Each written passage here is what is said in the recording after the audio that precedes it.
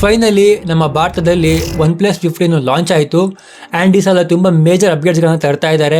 165 screen refresh rate ಇರ್ಬೋದು, ಮತ್ತು Snapdragon 8 Gen 5 ಇರ್ಬೋದು, ಆ್ಯಂಡ್ ಈ ಸಲ ದೊಡ್ಡ ಬ್ಯಾಟ್ರಿನೂ ಕೂಡ ಕೊಡ್ತಾ ಇದ್ದಾರೆ, 7300 mAh ಬ್ಯಾಟ್ರಿ. ಸೊ OnePlus 15ಗೆ ಇದು ಯಾವುದೂ ಕೂಡ ಮೇನ್ ಸೆಲ್ಲಿಂಗ್ ಪಾಯಿಂಟ್ ಆಗೋದೇ ಇಲ್ಲ.